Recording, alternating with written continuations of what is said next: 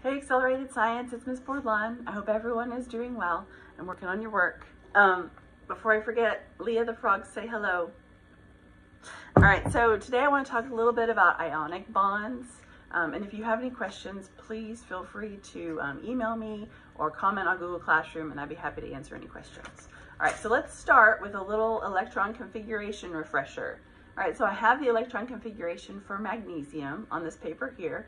It's 1s2, 2s2, 2p6, 3s2.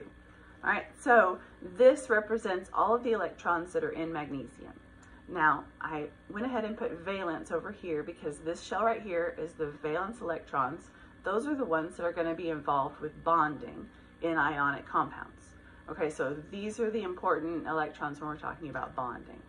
Now, all atoms want to have 8 electrons in their valence shell. That makes them the most stable. So they're going to try and bond in order to get that to happen.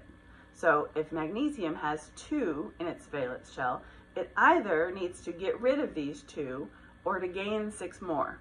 It's probably not going to gain 6 more. It would probably just lose the 2.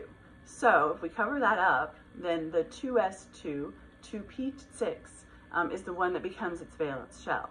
And that has 8, and that would make magnesium very stable.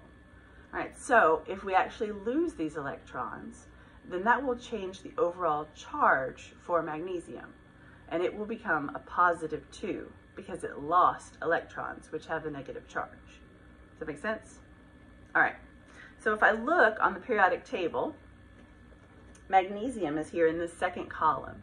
So all of these elements in the second column are going to have that +2 charge when they're forming an ionic bond.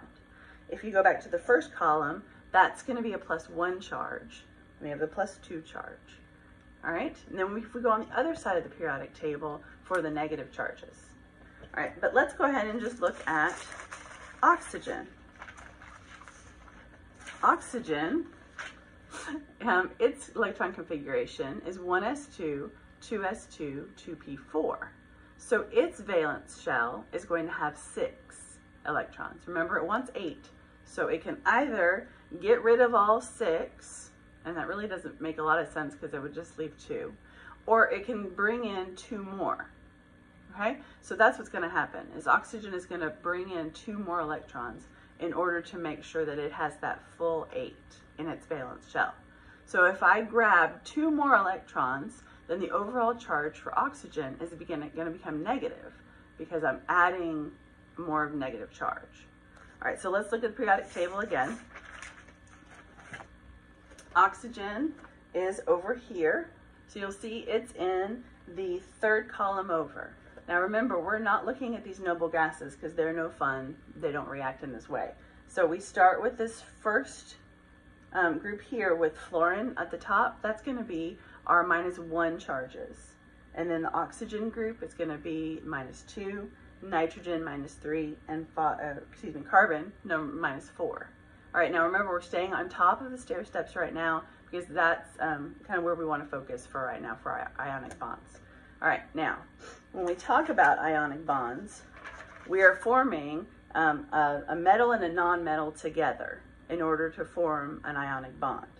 All right, so let's look. When we formed magnesium here, and we're going to combine it with oxygen over here. So what I have is the magnesium has the charge of +2, and oxygen has that charge of -2.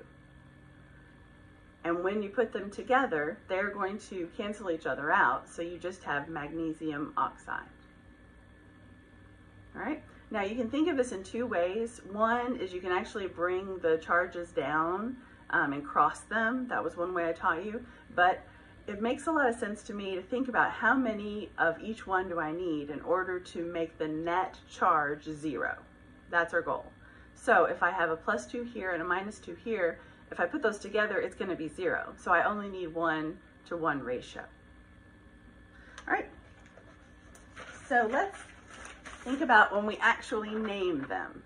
Okay, so when we're naming ionic bonds, it's the cation, which is the positive ion, plus the anion, the negative anion, plus IDE, and that's how we name them.